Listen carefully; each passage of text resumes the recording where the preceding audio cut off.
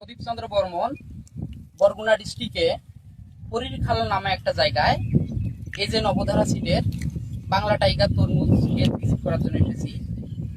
ছোট জমিনে যে জমি দেখতে পাচ্ছি তাতে এই যে নবধারা সিটের বাংলা টাইগার প্রচুর পরিমাণে গাছে ফল চলে এসেছে এবং কৃষকরা এটা দেখে আসলে অনেক খুশি।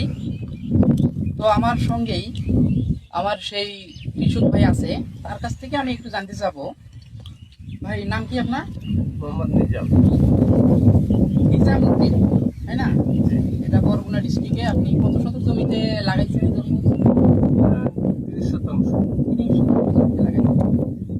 তো এখন যে ফলের চেহারা দেখতেছি এখনো তো হয়নি। তো বয়স কতদিন হচ্ছে বয়স হচ্ছে 10 দিন। ফল ধরার বয়স 10 দিন হয়েছে। 10 দিন। আর টোটাল জমিতে লাগানোর বয়স কতদিন হয়েছে? 70 দিন। 70 দিন হয়েছে। তো আশা করতেছেন কতদিনের মধ্যে ফলটা আসতে পারে?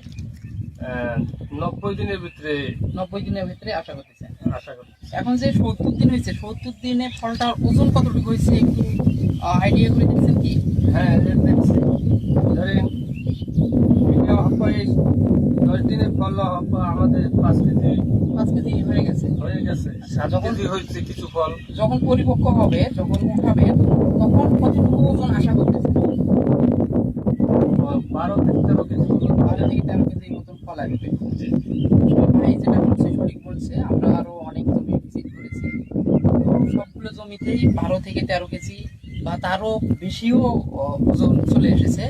কৃষকরা এটা দেখে আসলে আনন্দিত যে এত বড় তরমুজ এই মাঠে হয়।